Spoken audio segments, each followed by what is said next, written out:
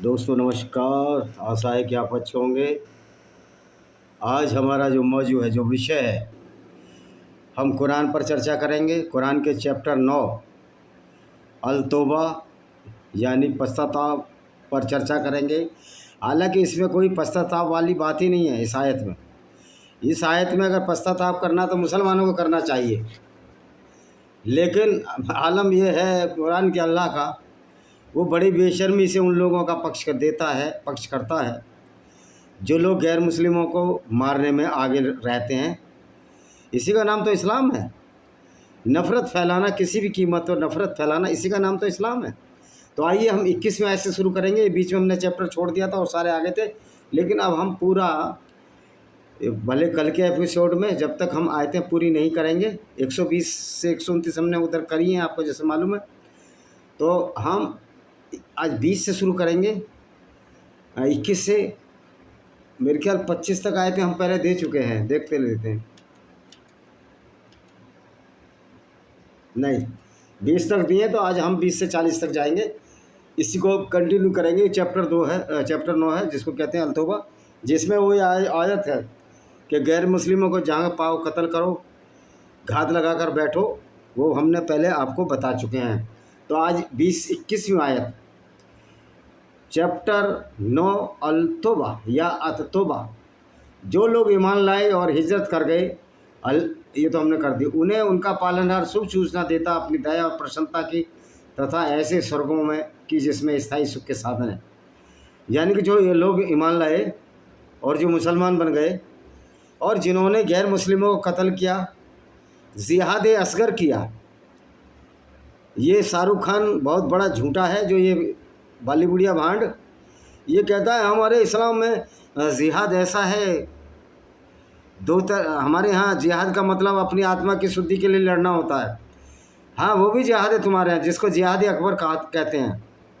लेकिन जब इस्लाम की इतनी घिनौनी आयतें हैं जो नफ़रत फैला रही हैं, जो गैर मुस्लिमों को कत्ल करने की बात कह रही हैं, उनकी औरतों को बाज़ारों में बेचने की बात कह रही हैं, उनको यौन दासी बनाने की, उनके साथ बलात्कार की अनुमति दे रही हैं कि जो दासी गैर मुस्लिम बनाई जाएगी उससे कोई भी मुसलमान को आवश्यकता नहीं, अगर स्त्री गैर मुस्लिम है उसके साथ बलात्कार करे, अगर वो उसने जीत ली है, किडनैप कर लिया, किसी तरह उसके काबू में कर लिया है, तो ये लव जिहाद क्या है? ये एक ही तरह का है। ये गैर मुस्लिम और हिंदुओं से शादी करते हैं, और निकाह तो कोई शादी भी नहीं है भाई। ये निकाह जो कहते हैं ना, उससे मैंने निकाह कर लिया तो मेरे साथ, कोई गारंटी नहीं है। निकाह एक सिर्फ कंट्रैक्ट है जिसमें मुस्लिम मर्द अपनी हवस पूरी करने के लिए ये जो संबंध बनाता है उसको निकाह कहा जाता है, और उस निकाह के बदले जो उसका यौन शोषण किया जाता है। हाँ, इस्लाम में यौन शोषण ही है, क्योंकि स्त्री को तो स्त्री माना नहीं जाता। स्त्री को तो आधी अकल की माना जाता है, उसकी गवाही आधी मानी जाती है। और जब मोहम्मद नरक की यात्रा पर गया तो वहाँ औरतें ही नज़र आईं उसको। तो ये तो आपकी किताबों में लिखा है। अभी हमसे किसी ने फेसबुक पर पूछा कि ये क्या तुम्हारे माँ बाप ने देखा कि मोहम्मद ने लड़कियों को, बनु कुरैजा कबीले की लड़कियों को बाज़ारों बेचा? मैं उस मूर्ख से कहना चाहता हूँ कि ना तेरे माँ बाप ने देखा, ना मेरे माँ बाप ने देखा। लेकिन जिन्होंने किताब लिखी, जिनको तुम अपने आला दर्जे के आलमगीर मानते हो, बड़े आलिमात मानते हो, बड़ा उनको विद्वान मानते हो, और मोहम्मद के मरने के बाद जो 60 साल बाद जो सीरत रसूलुल्लाह इब्न इसाक ने लिखी है, उसने उनकी 60 साल तो बहुत ज़्यादा वक्त नहीं होता। मोहम्मद के मरे हज़रत अली के नवासे, उसके बाद भी उनके कुछ साथी थे, तीसरी चौथी पीढ़ी के बाप का बेटा, फिर बेटा, उसी से लिखी है कि मोहम्मद साहब हमने ये सुना, फलाने से ये सुना। तो भाई उन्होंने हदीस लिखी है, उनसे पूछ, हमारे बापों से मत पूछ। हमारे माँ बाप तो बड़े मजबूत दिल के थे। दिल्ली के पास हमारा गांव है, भोगापुर गांव है, ये डासना फैक्ट्री के बिल्कुल सामने रिलायंस रोड पर पड़ता है। कोई भी जानता है इस गांव को, फेमस गांव है। दिल्ली की सल्तनत की बगल में होते हुए भी हमारे पुरखों ने तलवार के डर से सलवार नहीं पहनी। हम हिंदू ही रहे और हिंदू रहेंगे। हो सकते हिंदू धर्म का पाखंड का विरोध करेंगे, लेकिन कोई हमें मुसलमान नहीं बना सकता जबरन, कि किसी की औकात नहीं है। ना अल्लाह की औकात ना पैगंबर की औकात। तो तुम अपनी आप देखो कि तुम्हारे पिरखे तलवार के डर से सलवार पहने और हमें धमकाने में लगे हो। ये तुम्हारी औकात है? पहले यार तुम्हारे तो मॉरल इतने डाउन है। जब मॉरल डाउन होते हैं तो तुम्हारे अंदर फ्रस्ट्रेशन आता है, और वो फ्रस्ट्रेशन ही गाली गलौज की भाषा में सामने आता है। जो जितना फ्रस्ट्रेटेड व्यक्ति होता है उतना ही चिल्लाता है, चाहे मैं हूँ या कोई भी हो, XYZ। तो अब 22 में आए थे जिसमें सदावासी होंगे। वास्तव में अल्लाह के यहाँ सत्कर्मियों के लिए बड़ा फल है। अब सत्कर्मी कौन है अल्लाह की भाषा में? जो लुटेरे हों, जो गैर मुस्लिम औरतों को लूट कर उनको बाज़ारों में बेच दे, जैसे कि इनके पैगंबर साहब भी कहते थे, इनकी किताबों से हम देते हैं। हे ईमान वालों, अपने बापों और भाइयों को अपना सहायक न बनाओ। यदि वे ईमान की अपेक्षा कुफ्र से प्रेम करें, तुम में से जो उन्हें सहायक बनेंगे अत्याचारी होंगे। उल्टा चोर कोतवाल को डांटे। मैंने पहले ही बोला है कि अल्लाह नाम की कोई चीज़ नहीं। अल्लाह एक फ्रॉड है, बहुत बड़ा फ्रॉड है, एक बहुत बड़ा प्रैंक है जो मुसलमानों के खिलाफ हुआ। तो मेरा कहने का आशय ये है, इसमें कहा है कि तुम अपने भाइयों को भी सहायक मत बनाओ अगर वो मुसलमान नहीं है।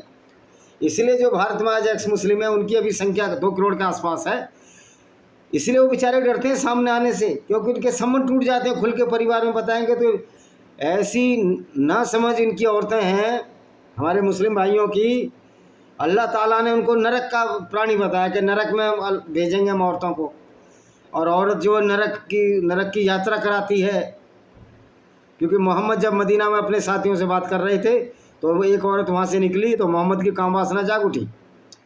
जो उनकी पत्नी जैनब, जो उनके पुत्रवधू थी वैसे कायदे में, जिससे मोहम्मद ने नंगा देखकर उसे शादी कर ली थी, और जो दत्तक पुत्र था जैद बिन हरित, उसको कह दिया कि मैं इसका बाप नहीं हूँ, चूँकि मैं इसका बाप नहीं हूँ तो जो ये दत्तक बहू है वो मेरी बहू नहीं है और मैं शादी कर सकता हूँ। तो ये उसी जैनब के पास फिर आया। वो चमड़े का काम कर रही थी बेचारी, उसके साथ इंटरकोर्स किया इसने। फिर मदीना में चौराहे पे बोला कि तो औरत कितनी बुरी सह होती है जो काम वासना जगा देती है। वो तेरी काम वासना जा रही थी ना, उस औरत में माँ बहन बेटी को क्यों नहीं देखा? ये इस्लाम नहीं सिखाता। इस्लाम औरत को सिर्फ कमोडिटी की तरह मानता है। इस्लाम सिर्फ काम वासना को उत्प्रेरित करता। अब करें क्या बेचारे? मोहम्मद की सुन्नत है 3-3 4-4 बीवी, उसने तो 12-13 शादियाँ की। तो स्त्री तो कमोडिटी है इस्लाम में, कोई इस्लाम में स्त्री की इज्जत नहीं है। आज मैं पढ़ रहा था कि एक कह रहा है कि हजरत तो बड़ा अच्छे आदमी थे, उन्होंने जिंदा नहीं जलाया था लोगों को, जो मोहम्मद का दामाद था। मैं कल इसी पर बताऊंगा, हदीस दूंगा, इनकी ऑथेंटिक हदीस, इस्लामिक किताब है, तफसीर, डेस्क्रिप्शन। तफसीर का मतलब डेस्क्रिप्शन। हदीस वो है जो हद है जिसमें बताया गया कि क्या क्या काम हुए, उसका विवरण दूंगा कि हज़रत अली ने किस तरह लोगों को जिंदा जला दिया, दो को, जिन्होंने कहा हम इस्लाम नहीं मानेंगे, कि इस्लाम का अल्लाह भी झूठा है, तुम्हारा पैगंबर तो एक लुटेरा है, उसको हम पैगंबर क्यों माने? तो अली ने, जो चचेरा भाई भी था मोहम्मद का और इसका दामाद भी था मोहम्मद का, उन दोनों लोगों को जिंदा जला दिया। उसके बारे में हम बताएंगे।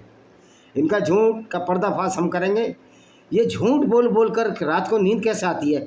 कितना कुंटल गांजा पीते हैं जो मोहम्मद को बचाने के लिए झूठ बोलते हैं, और रात को नींद कैसे आ जाती है? पहले तो जो झूठ बोलते थे उनको लोग मर जाते थे, इन लोगों को तो बुखार भी नहीं आता ना। बेशर्मी का आलम यह है कि उस पैगंबर को बचाने की कोशिश कर रहे हैं, खुद जो हत्यारा और लुटेरा था। और हमारी मुस्लिम बहनों, आपको इस चीज़ समझनी चाहिए, इस्लाम के अनुसार आपकी कोई औकात नहीं है। तुम इस्लाम में एक कुत्ती जो बिच होती है, जो हमारे, हालांकि कुत्ता भी बहुत सम्मानित जानवर है, यानी कि पशुओं को मैं नीचा नहीं मानता, मतलब एक उनकी जो औकात है एक बहुत ही निम्न स्तर की है। हम किसी गधे को और कुत्ते को, तो बेचारे हमेशा से मनुष्य का बोझ होते रहे, ये बात हमको समझनी चाहिए।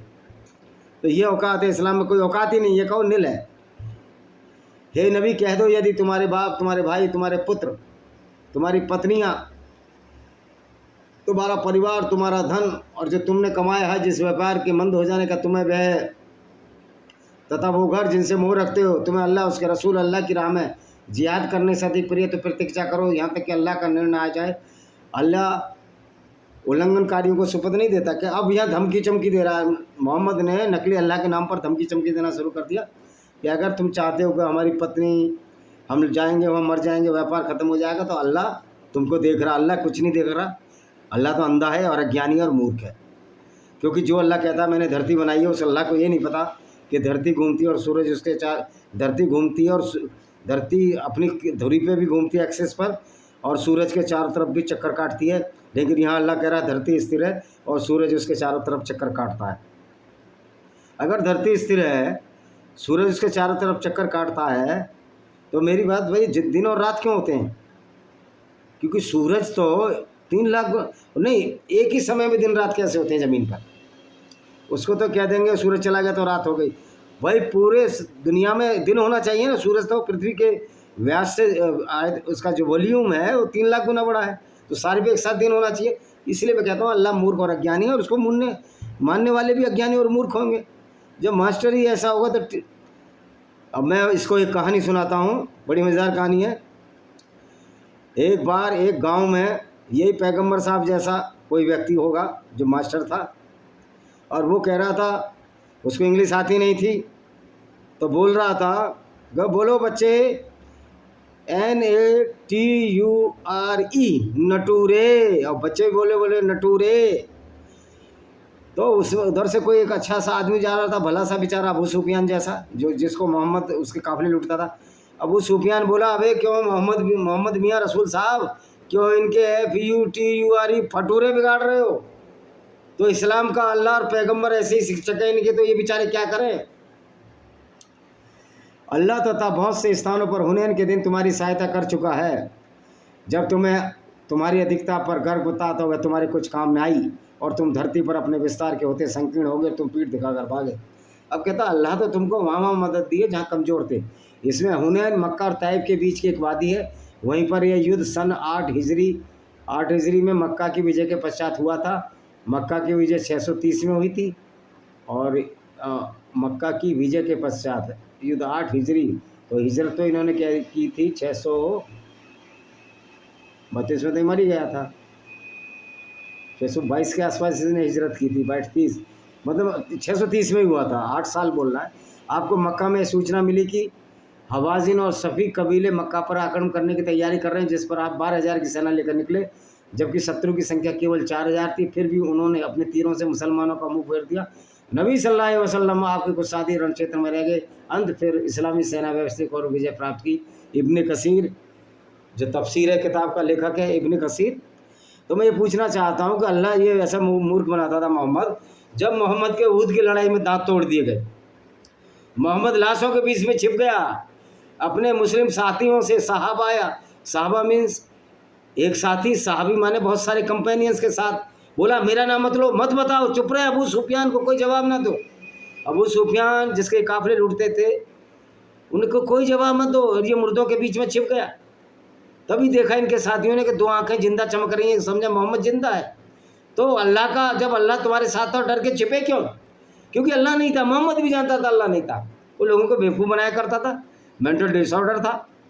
उनको मिर्गी के दौरे आते थे, जब कोई आयत आती थी टन की आवाज़ें बजने लगती थी। अगर इसकी तफसीर डिस्क्रिप्शन को और अच्छी तरह से देखना है तो डाउनलोड है अली सीना की किताब, जो कि ईरान के एक लेखक हैं जो मुसलमान इस्लाम छोड़ चुके हैं। उसको पढ़िए, अंडरस्टैंडिंग द मोहम्मद, आपको पता लग जाएगा कि मोहम्मद मेंटल डिसऑर्डर के शिकार थे। फिर अल्लाह ने अपने रसूल और ईमान वालों पर शांति उतारी तथा ऐसी सेनाएं उतारी जिसे तुमने नहीं देखा, और काफिरों को यातना दी, यही काफिरों का। अब यहाँ पे मोहम्मद ने झूठ बोल दिया। ऐसी सेनाएं दिखाई, फरिश्ते किसी को दिखते नहीं। इस्लाम के हिसाब से फरिश्ते वो चमकते पर दिखते नहीं। तो भाई अब ये फरिश्ते कहाँ मर गए? मक्का पर कितनी बार अटैक हुआ। अब्दुल ताहिर जन्नाती, एक जो बहरीन का राजा था, वो हजरे अस्वाद जिसको हमारे हाजी भाई चूमते हैं, उसको ले गया उखाड़ के। 20-22 साल टट्टी पेशाब करते रहे उसके वंशज। बाद में बड़े हाथ पैर जोड़े इन्होंने, मुसलमानों ने, सुन्नियों ने, और वो पत्थर हजरत अस्वाद जो ये मक्का का जो काबा उसके चारों तरफ जिस पत्थर को चूमते हैं, छोटे पत्थर को 60 टुकड़ों में कर दिया, लैट्रिन करता रहा। तब ये कहाँ चले गए थे फरिश्ते? खैर उस समय तो मोहम्मद मर चुका था, जवाब क्या देता? तो मैं आज के में उससे पूछना चाहता हूँ, यासिर अलवदी जी जैसे धर्मांध मौलाओं से, भाई इसका जवाब दो, जो शिकागो में बैठा है और इस्लामी गुंडागर्दी को इस्लाम वहाँ बढ़ा रहा है। कहाँ? अमेरिका में, शिकागो में रहता है ये तो mister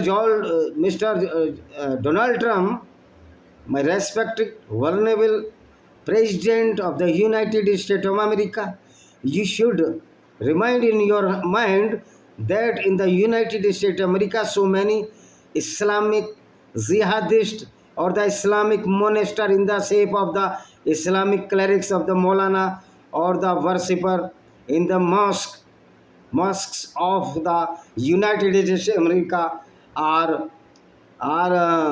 living there and try to change the demography of the United States of America, especially the targets are the white people of the America.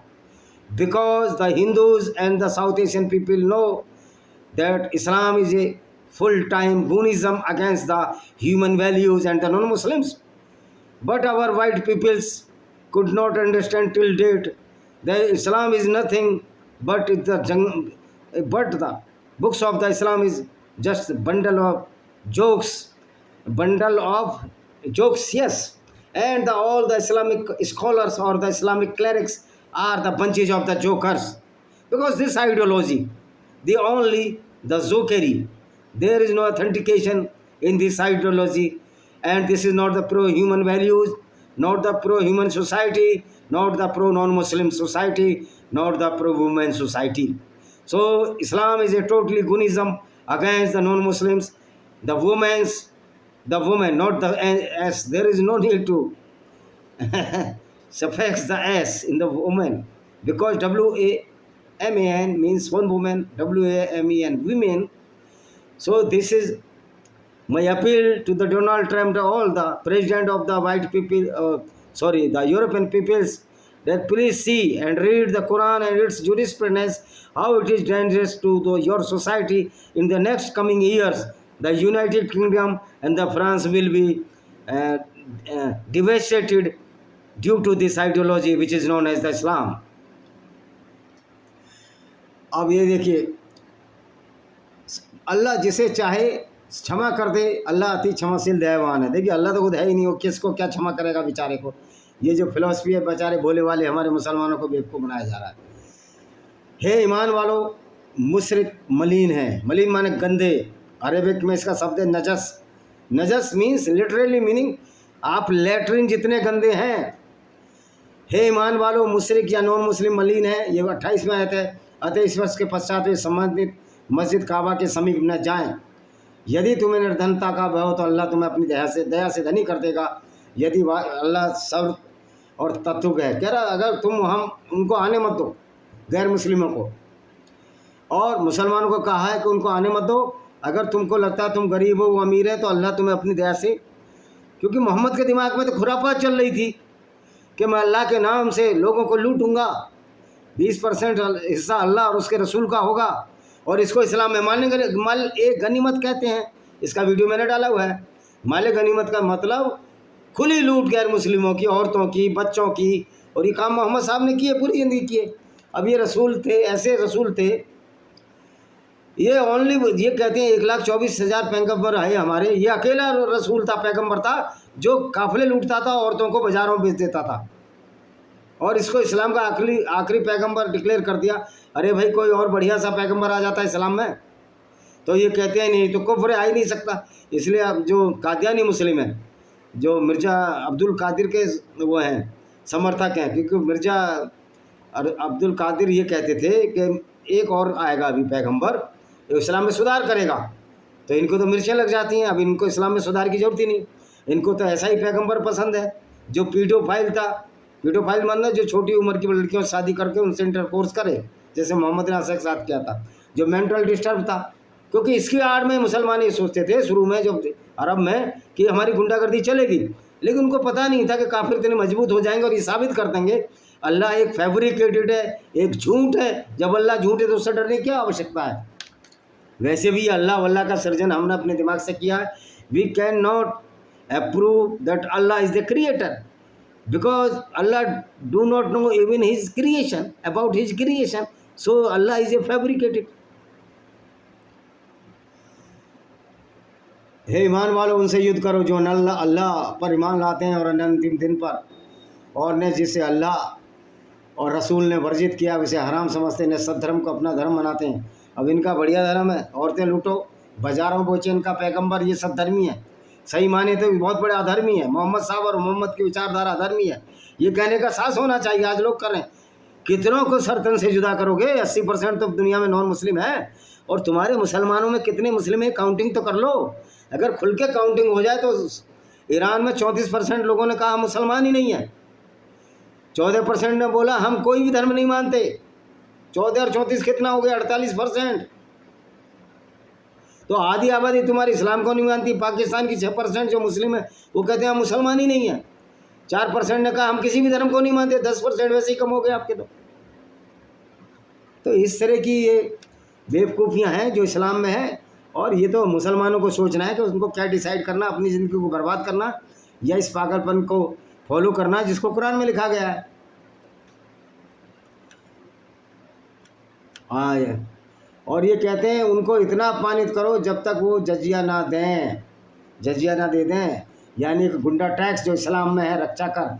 ये कहते हैं रक्षा कर इसलिए लगाया था जिससे गैर मुस्लिमों की रक्षा हो सके। जैसे औरंगजेब ने भी जजिया लगाया था हिंदुओं पर। ओ भाई, गैर मुस्लिमों की रक्षा किन से होनी है?